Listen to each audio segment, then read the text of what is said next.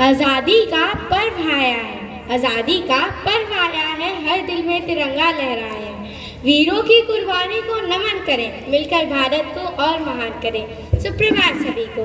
आदरणीय प्रधानाचार्य महोदय जी, सम्मानित शिक्षकगण एवं मेरे प्यारे साथियों, आप सभी को मेरा प्यार भरा नमस्कार। सबसे पहले मैं नमन करना चाहूँगी आज़ादी के उन फरिश्तों को जिन्होंने हमारे भारत को आज़ादी दिलाई और कुछ ये कहा, कौमों को कबीलों में मत बांटिए, कौमों को कबीलों में मत बांटिए, ये सफ़र है इसे चंद मीलों में मत बांटिए। एक नदी की तरह है हमारा वतन, एक नदी की तरह है हमारा वतन, इसे नालों और झीलों में तो मत बांटिए। 15 अगस्त 1947 हमें अंग्रेज़ों की गुलामी से आज़ादी मिली थी और ये दिन हम भारतीयों के लिए बहुत खास और गर्व का दिन है। मित्रों, हमें ये आज़ादी इतनी आसानी से नहीं मिली, इसके लिए चंद्रशेखर आज़ाद, डॉक्टर B.R. अम्बेडकर, रानी लक्ष्मीबाई और ना जाने ऐसे कितने महान वीरों ने अपनी जान का सर्वस्व न्यौछावर कर दिया, जो भारत के लिए बलिदान किए, जो भारत के लिए बलिदान हुए, वही तो हमारी भारत की पहचान हुई। महात्मा गांधी ने हमें सत्य और अहिंसा का मार्ग दिखाया, वहीं भगत सिंह ने अपने साहस से हमारे देश के युवाओं में देशभक्ति की भावना जगाई। ना जाति का भेद हो, ना धर्म की दीवार हो, ना जाति का भेद हो, ना धर्म की दीवार हो, हम भारतीयों के दिल में बस भारत का प्यार हो।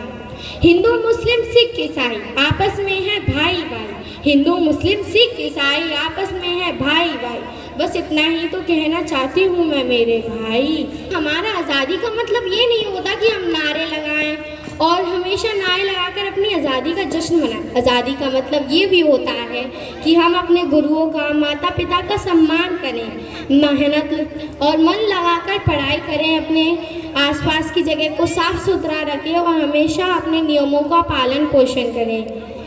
यही आज़ादी का सच्चा मतलब होता है। हमारे तिरंगे में 3 रंग होते हैं, केसरिया, सफ़ेद और हरा, ये और बीच में एक अशोका चक्र। इसका मतलब होता है कि साहस, शांति और हरियाली ही इसका प्रतीक होता है। मैं इस पावन अवसर पे हम सभी मिलकर एक प्रयत्न लें। हम हमेशा अपने गुरुओं का सम्मान करेंगे, हमेशा मन लगाकर पढ़ाई करेंगे और अपने आसपास की जगह को साफ सुथरा रखेंगे। अंत में कुछ पंक्तियों के साथ मैं अपने इस भाषण को समाप्त करना चाहूँगी कि ये भारत कोई भूमि का टुकड़ा नहीं है, ये भारत कोई भूमि का टुकड़ा नहीं है, ये एक जीता जागता राष्ट्र पुरुष है।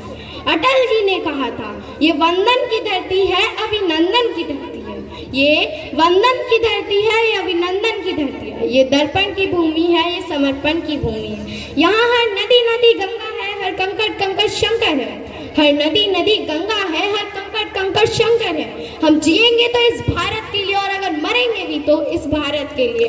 मरने के बाद भी गंगा जल में बहती हुई हमारी अस्थियों को कोई कान लगाकर सुनेगा तो बस एक ही आवाज़ आएगी, भारत माता की जय, भारत माता की जय। धन्यवाद। जय हिंद, जय भारत।